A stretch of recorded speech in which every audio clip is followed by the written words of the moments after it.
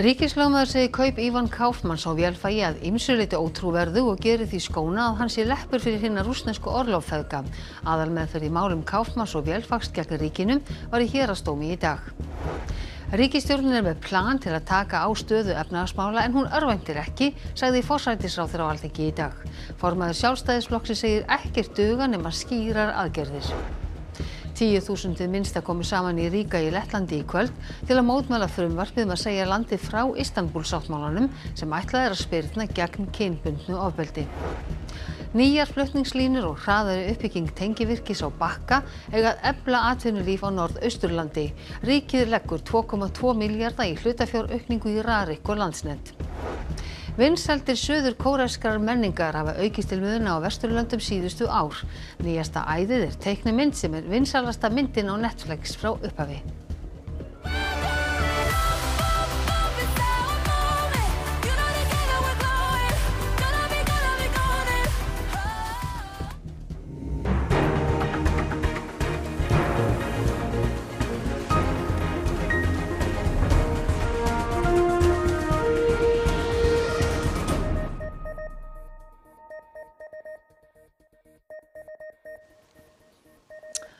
Komiði sæl.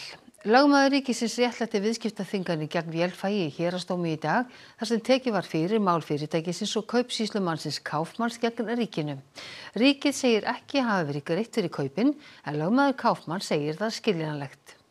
Vélfag varð í sumar fyrsta íslenska fyrirtækið til að vera beitt viðskiptaþvingunum í tengslu við innrás Rússa í Úkraínu vegna meintra tengsla við rússneska fyrirtæki Norepo og feðgana Vitali og Nikita Orlov.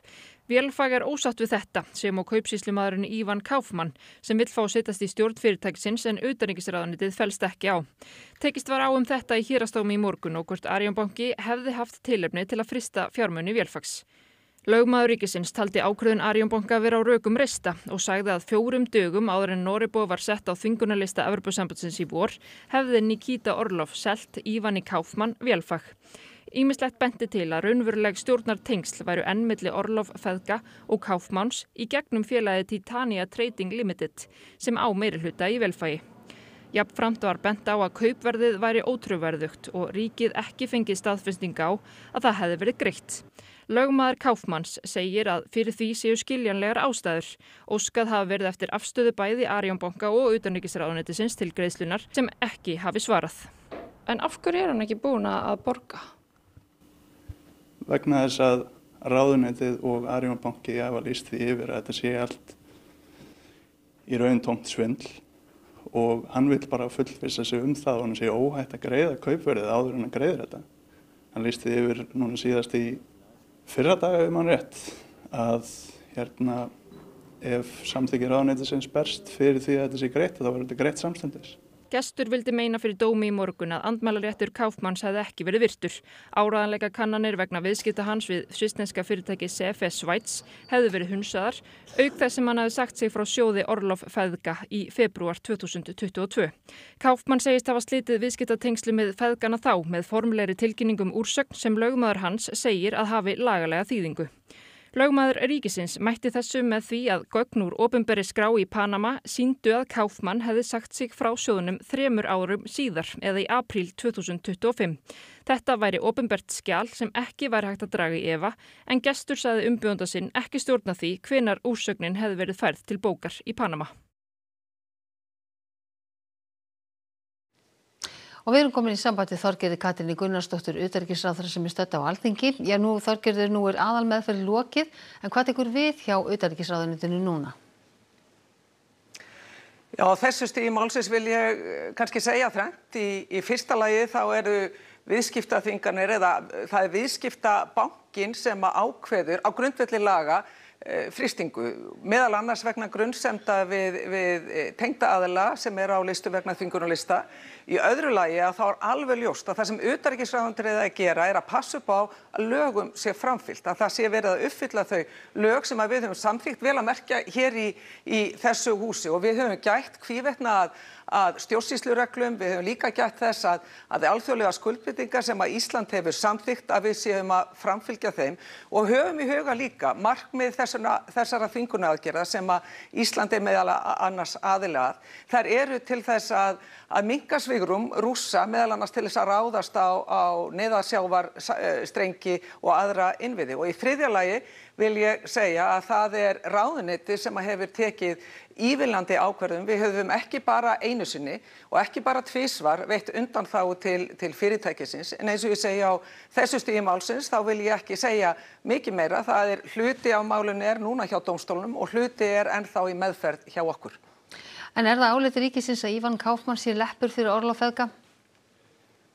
Eins og ég segi, á þessu stigi vil ég ekki tjá mig frekar máli. Þetta meðal annars það sem kom fram, sem ég hef sagt í dag og sagði áðan, hefur komið fram hjá dómstólum og það var náttúrulega mjög margt áhugavert sem kom fram í málflutning í dag fyrir dómi. En eins og ég segi, hluti af málinu núna hjá dómstólum, annar hluti ennþá hjá utanríkisráðuneytinu sem það með eitt af markmiði að verja íslenska hagsmuni og það sé farið eftir lögum hér á landi, að þau séu uppfyllt og það fyrst og fremst okkar markmið að þeim sé framfyllt.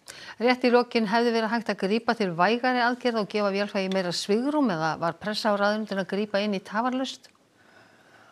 Já, eins og ég segi, það ráðuneyti sem hefur veitt einmitt ívilnandi aðgerðir. Við höfum veitt undanþágu meira en einu sinni. Við höfum líka farið í öllu eftir reglum stjórnsýsluréttar. Það mikilvægt að hafa það í huga. En það líka það sem við, og okkar hlutverk, að passa upp á það að allir þeir og öll þau sem starfa hér á Íslandi fari eftir íslensku lögum og þau alþjóðlegu skuldbindingu sem að Ísland hefur undirgengist. Þorgerður Katrín Gunnarsdóttir, utanríkisráðherra, stödd í Alþingishúsinu. Takk kærlega fyrir þetta. Og við snúum okkur þá að öðru. Ríkislögreglustjóri viðurkennir að viðskipti embættisins við innri ráðgjöf hafi rýrt traust til embættisins og harmar mistök sem gerð voru í tengslum við þau. Unnið sé að bættu verklagi innkaup og gerð samninga. Þetta kemur fram í svari embættisins við upplýsingabeiðni dómsmálaráðherra. Svarið barst á miðnætti í gærkvöld og var birt á vef embættisins hádegisbil. Skömmu áður hafði dómsmálaráðherra verið til svara viðskiptin umdeildu á Alþingi. Að ég lít þannig á stöðuna að staða ríkislögreglustjóra sem forstöðumanns, hún alvarleg. Í svarinu til ráðuneytisins segir ríkislögreglustjóri að það hafi verið mistök að bjóða verkefnin ekki út eða skoða ráðningu sérstaks starfsmanns í þau verkefni sem innri ráðgjöf voru falin. Ljóst sé að læra þurfi af þessum viðskiptum. Innra ráðgjöf í eigu Þórunnar Óðinsdóttur og hún jafnframt eini starfsmaður félagsins. Þórunn var ráðin tímabundið í fullt starf í byrjun október, 2 dögum eftir að Fréttastofa RÚV óskaði eftir að fá afhentar tímaskýrslur og reikninga innri ráðgjafar. Gengið var frá ráðningunni í ráðningarbanni sem þá hafði verið í gildi hjá embættinu í hálft ár. Ríkisstjórnin gerir sér fullkomlega grein fyrir ástandi efnahagsmála, sagði forsætisráðherra á Alþingi í dag. Stjórnin sé með plan en hún panikeri ekki. Formaður Sjálfstæðisflokksins kallar eftir skýrum aðgerðum sem fólk og fyrirtæki finni strax fyrir. Segja má að staðan í efnahagsmálum hafi verið mál málanna í þjóðfélagsumræðunni síðustu vikurnar og ekki að ástæðulausu. Höggin eru mörg og á Alþingi í dag sagði formaður Sjálfstæðisflokksins stöðuna vera graf alvarlega og nú dygði engin umbúðapólitík. Hún nefndi Play, PCC og Bakka, Norðurál, fasteignamarkaðinn og uppsagnir Icelandair og Sínar. Í þessu árferði duga engin innantóm slagorð. Það dugar ekki að nota frasa eins og tiltekt og verðmæta sköpunar haust. Það eina sem dugar eru skýrar aðgerðir sem fólk og fyrirtæki finna strax fyrir. Forsætisráðherra var til svara. Hún sagði fyrir ríkisstjórn hafa mist stjórn á efnahagsmálum á meðan ríkisstjórn hennar væri að stuðla að því að endurheimta jafnvægi í íslensku efnahagslífi. Verðbólga og vextir myndu lækka. Við innleiðum ákveðna ramma til að geta brugðist við. Við erum með plan. Þetta snýst plan en ekki panikk. Bara svo það sé alveg á hreinu. Við þurfum áfram að halda okkur við þá uppbyggingu sem á að vera til staðar. Þannig að það ekki þannig að ríkisstjórnin sitji og horfi á ástandið. En við erum ekki að missa fæturnar. Það lykilatriði. Þingmenn stjórnarandstöðu voru á sömu blaðsíðu og formaður Sjálfstæðisflokksins og stjórnarliðar á þeirri sömu og forsætisráðherra í umræðinu á Alþingi í dag. Við fáum bara nýja frasa. Frasi hæstvirts forsætisráðherra verðmæta sköpunar haustið orðin að álíka miklu gríni og frasinn sleggjuna til að berja niður vexti og verðbólgu. Ísland tekur ekki lengur þátt í sameiginlegum skuldbindingum með ESB og Noregi gagnvart Parísarsamkomulaginu. Ísland hefur birt landsframlag sitt fyrir COP30 loftslagsráðstefnu Sameinuðu þjóðanna sem hefst í Belém í Brasilíu á mánudaginn og sætir það nokkurri gagnrýni í áliti loftslagsráðs. Markmið Íslands um bindingu og losun frá landi er að mati ráðsins ekki nægilega metnaðarfull og ógagnsæ. Skortur á forgangsröðun hafi dregið töluvert úr áhrifamætti aðgerðaráætlunar í loftslagsmálum. Helmingi færri þjóðarleiðtogar mæta á loftslagsráðstefnunni í ár en í fyrra. Ólíklegt er að leiðtogar Kína og Indlands mæti og Bandaríkin sniðganga ráðstefnuna alfarið. Halldór Þorgeirsson, formaður loftslagsráðs, vertu velkomin hingað til okkar. Ja, hvað þýðir það að Ísland sé ekki lengur í samfloti með ESB og Noregi? Sko, það hefur verið mjög mikilvægt fyrir Ísland að vera í samstarfi við Evrópusambandið með losun frá stóriðju og Ísland er hluti af viðskiptakerfi Evrópusambandsins með losunarheimildir. Það verður áfram. Þannig að þó að skuldbindningarnar séu sjálfstæðar. Þannig að þetta er bara skýrara svona, svona hefur Noregur tekið á þessu. Og þetta er vilji Evrópusambandsins, þannig að það var mjög eðlilegt að þessu yrði breytt í landsframlaginu, þannig að þetta væri alveg ljóst. En í áliti loftslagsráðs þá farið nokkuð hörðum orðum framlag Íslands. Já, hvaða ykkar mati og þínu mati vantar upp á? Sko, það er komin í gang forgangsröðun sem hefur skort mjög lengi og við munum fylgjast með þenni og leggjum áherslu á hana. Það er nýir hlutir að koma inn, það verður gengið í aðgerðir til þess að draga úr losun frá stóriðju og það er mjög mikilvægt að við göngum í það að fanga og farga losun frá stóriðju með tækni sem hefur verið þróuð hér á landi til þess. Síðan bendum við á það að það er hægt að ná miklu meiri árangri í bindingu og að draga úr losun, sérstaklega með endurheimt votlendis. Og þar þarf að grípa til þjóðarátaks í endurheimt votlendis til þess að ná nægilega hröðum árangri. Og það er svo mikilvægt með votlendis endurheimt að hún skilar sér strax. En kannski miðað við það sem kom fram þarna áðan, ef Kína, Indland og Bandaríkin mæta ekki til leiks, hversu marktækar eru þá niðurstöðurnar af COP30? Sko, það er ekkert mjög margt sem að liggur sérstaklega fyrir þinginu. Pressan er núna fyrst og fremst á aðildarríkin að koma með markvissari og metnaðarfyllri landsframlög og að vera með áætlanir sem að gera þeim kleift að skila þeim. Þingið sjálft þarf ekki að taka miklar ákvarðanir, þannig að ég hef ekki svo miklar áhyggjur af leiðtogaþættinum. Það er leiðtogafundur núna sem stendur yfir og þannig að leiðtogaskilaboðin eru bara hreinlega veik í dag og það er ekki nægjanlega alþjóðleg samstaða loftslagsmál til þess að það sé tilefni til þess að leiðtogar sé að koma saman eins og þau gerðu á sínum tíma í París. Nákvæmlega. Allt kemur þetta í ljós, vonandi einhvern tímann á næstunni. Halldór Þorgeirsson, formaður loftslagsráðs, takk fyrir að koma hingað til okkar.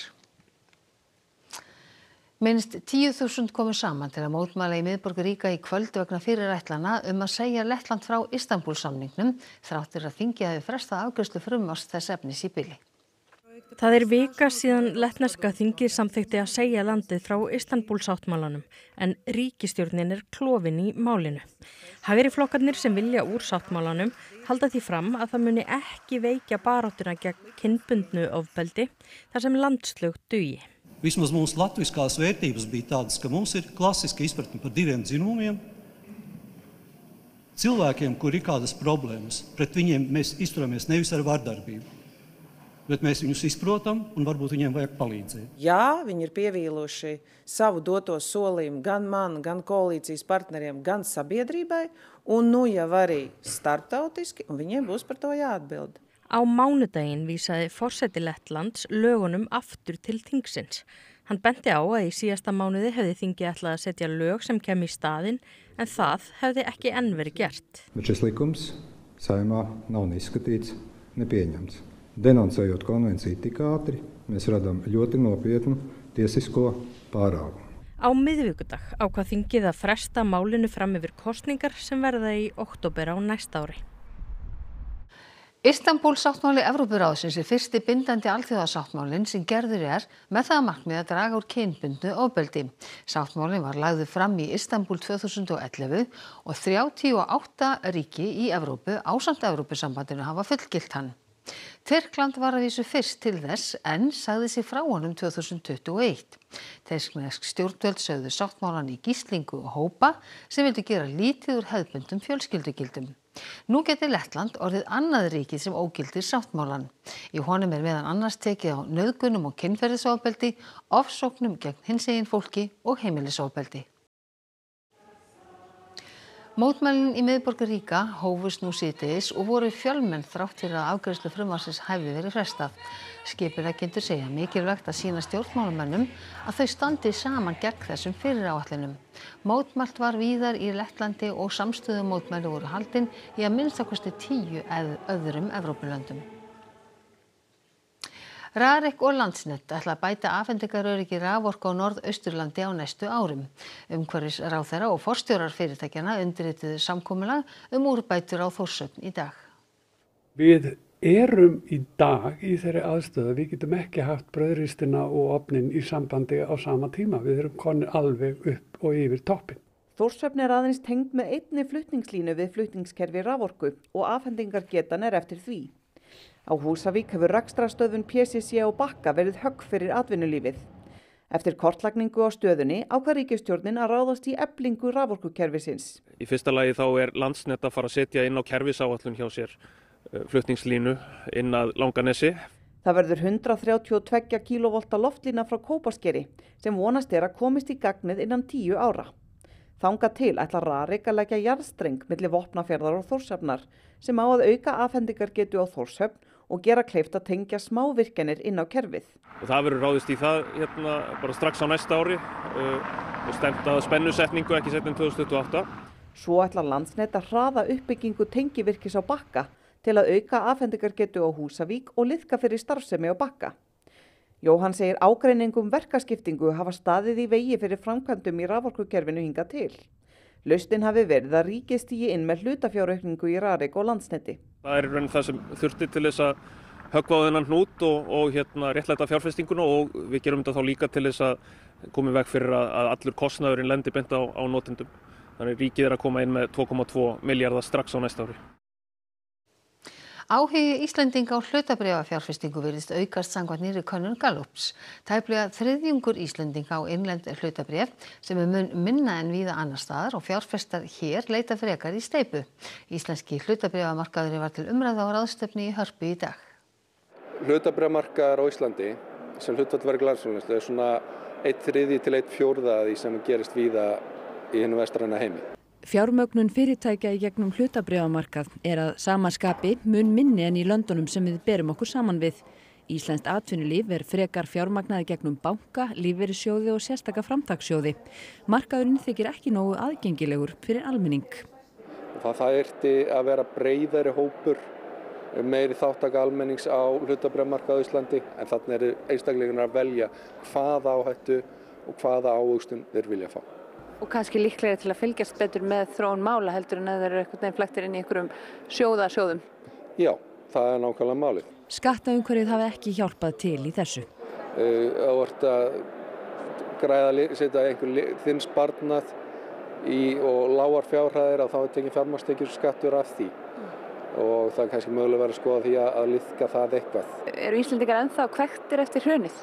Ég held að það sé meðal annars kannski ein skýringin. Það hefur verið svona tilhneiging til þess að fjárfesta frekar í fasteignum heldur en hlutabréfum. Ástæðan er það meira aðlaðandi skattumhverfi að fjárfesta í fasteign heldur en hlutabréfum. Bara sögulega hefur fasteignamarkaðurinn gefið mjög góða ávöxtun en hlutabréfamarkaðurinn hefur verið meira brotgengari. Hlutabréfamarkaður sé mikilvægur fyrir nýsköpun og framþróun atvinnulífs í landinu. Við hefum setið hér bara verulega eftir. Tónlistarhátíðin Airwaves hefst í kvöld og stendur fram á sunnudag. Þetta í 27. sinn sem hátíðin haldin og María Sigrún Hilmarsdóttir fréttamaður okkar í Listasafni Reykjavíkur þar sem hátíðin sett. María Sigrún, hvað ber hæst á hátíðin í ár? Já, þetta eru 110 hljómsveitir sem að stíga hérna á stokk og flytjendurnir koma frá fleiri en 20 löndum. Hérna hófst forpartí klukkan 6 og eftir nokkra mínútur þá hefjast fyrstu tónleikarnir. En hérna hjá mér staddur Ísleifur Þórhallsson sem hefur nú skipulagt þessa hátíð árum saman. Ísleifur, hvað koma margir gestir á þessu hátíð? Þetta eru svona 7-8 gestir þegar allt talið og við erum að selja miða í 40 löndum.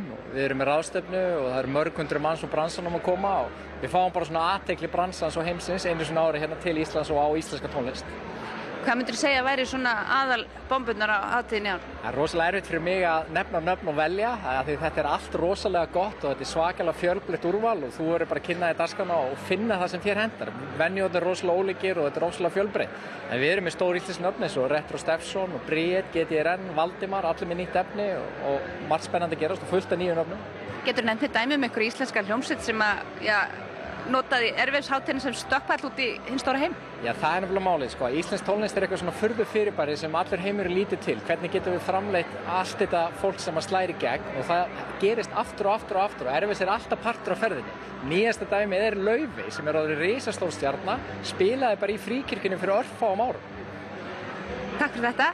Og hérna hjá mér líka Nína Sólveig Andersen, betur þekkt sem Lúpína, en hún hefur öðlast mikla fræg á stuttum tíma fyrir tónlistina sem einkennist að því að vera svona rafræn og dulræn og seiðandi. Lúpína, þú fær þann heiður að vera hérna fyrst á sviðið og ríður á vaðið. Hvernig tilfinning það? Mjög góð tilfinning, algjör heiður að fá að opna þessa ótrúlega flottu tónlistarhátíð og líka í þessu flotta húsi hérna og ekki síst fyrir þetta fína fólk sem mætt. Er þetta svona eitt af þínu stærstu giggum hingað til eða? Klárlega og bara algjör stökkpallur fyrir mig inn í bæði íslenska en líka erlenda bransan, þar sem fullt af erlendu. Takk kærlega fyrir þetta, Lúpína, og gleðilega hátíð og við segjum þetta gott hérna úr Listasafni Reykjavíkur. Takk fyrir það, María Sigrún Hilmarsdóttir. Við snúum okkur að svolítið öðru. Teiknimynd sem gerist í Suður-Kóreu orðin mest streymda myndin á Netflix og upphafi. Vinsældir suður-kóreskrar menningar hafa aukist til muna á Vesturlöndum síðustu ár. It's time. Það eru ágætis líkur á að foreldrar barna á leik- og grunnskólaaldri kannist við þetta.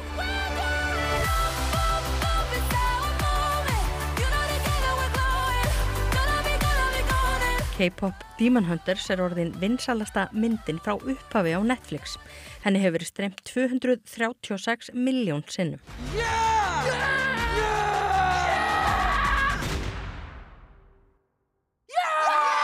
Aðalpersónurnar Rumi, Mira og Zoe eru K-pop ofurstjörnur. Þær búa yfir leynilegum kröftum til að bjarga aðdáendum frá yfirnáttúrulegum ógnum. Ferðamönnum hefur fjölgað 20% á þessu ári í Suður-Kóreu og talið að 20 milljónir hafi komið þangað vegna myndarinnar. Seen K-pop Demon Hunters a few times.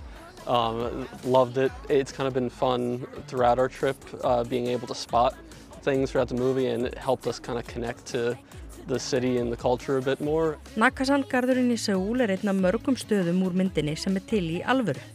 Og í Everland skemmtigarðinum búið að koma upp þorpi sem tilengað myndinni. I think people are eating Korean food or like Korean culture because in the movie they eat Korean food. K-pop is not just a genre of music. RM K-pop superstjarna í alvöru. Hann var á meðal ræðumanna og efnahagsráðstefnu þar sem þjóðarleiðtogar 21 Asíu- og Kyrrahafsríkis komu saman.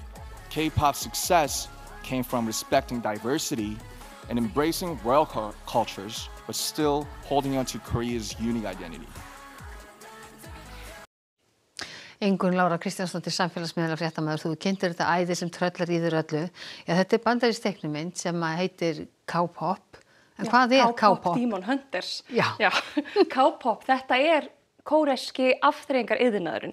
Kvikmyndir, sjónvarpsþættir, tónlist og þetta iðnaður sem hefur vaxið gríðarlega mikið á síðustu árum. Hann veltir 1300 milljörðum króna á ári. Landsframleiðsla Íslands í fyrra, öll landsframleiðslan, voru 1200 milljarðar. Og þetta auðvitað eitthvað sem íslensk stjórnvöld hafa reynt að læra af. Ég meina, Lilja Alfreðsdóttir, fyrrverandi ráðherra, hún sendi mitt árið 2022 íslenska viðskiptanefnd til Suður-Kóreu til að heimsækja fyrirtæki sem sérhæfir sig í K-popi. En hvað það, hún hefur kannski verið framsýn, en hvað það sem skýrir vinsældir þessara teiknimyndar kóreskar popstjörnur sem berjast við djöfla? K-pop Demon Hunters nær á sama tíma að vera bæði ádeila á iðnaðinn sjálfan og samt notar á sama tíma markaðstólin þeirra til að ná til fólks. En hver eru þessi markaðstorg? Hverju beita þau? Það náttúrulega þessi tengsl milli áhorfandans og söngvara.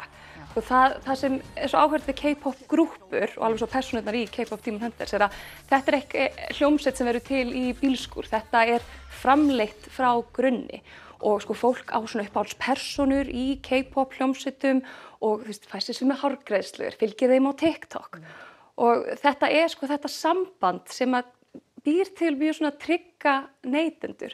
Þetta alveg svo dríslarnir í K-pop Demon Hunters sem að éta sál áhorfandana á nær bæði myndin og iðnaðurinn að tryggja aðdáendur. Nær hingað til lands. Já, hefur tekist mjög vel.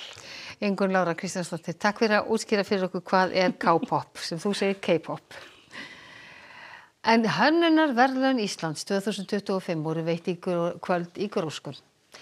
Fjallahjólið Elja sem framleitt af Lauf Cycles vara ársins, Elliðaárstöð staður ársins og Fissersund verk ársins. Þá hlaut Albína Tórdarsson, arkitekt, heiðursverðlaun fyrir framlag sitt til byggingarlistar og náttúruverndarstofnun viðurkenningu fyrir bestu fjárfestingu í hönnun við uppbyggingu gestastofa. Þetta í 12. skipti sem hönnunarverðlaunin veitt. Baldvin Þórbergsson, hvað ætlið þið að bjóða upp á í Kastljósi kvöldsins? Við ætlum að skoða eins fölsuð lyf á Íslandi sem betur verið ekkert sem betur til þess að fölsuð lyf ná inn í svona löglega hlutan. Ofta geta verið nokkuð viss að það sem kaupir í apótekum að það sé rétt vara. Hins vegar ólöglega hlutin, hann aðeins meira vandamál lyf sem að fólk að kaupa kannski gegnum samfélagsmiðla eða vefsíður.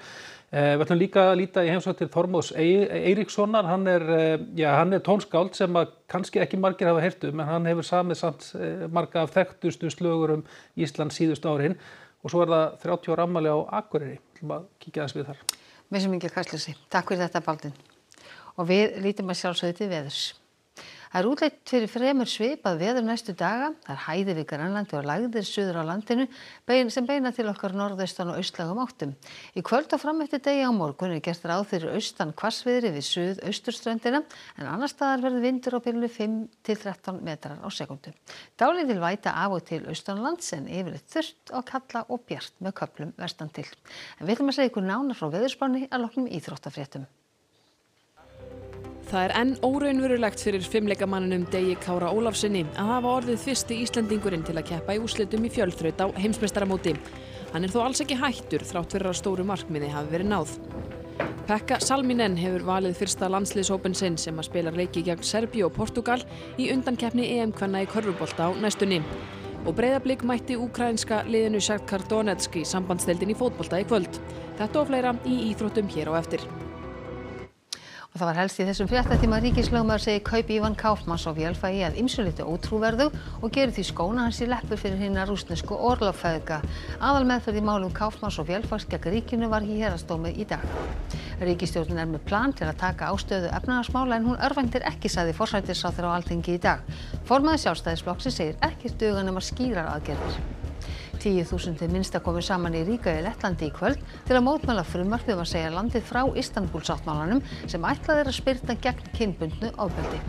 Nýjar flutningslínur og hraðari uppbygging tengivirkis á Bakka eiga að efla atvinnulíf á Norðausturlandi. Ríkið leggur 2,2 milljarða í hlutafjáraukningu í RARIK og Landsneti. Þessum fréttatíma að ljúka og þá komið að íþróttum, veðri og Kastljósi. Næstu fréttir hjá okkur eru klukkan 10 í kvöld en alltaf eru nýjustu fréttir á ruv.is. En við þökkum okkur samfylgdina þessum af þessum degi. Verið sæl.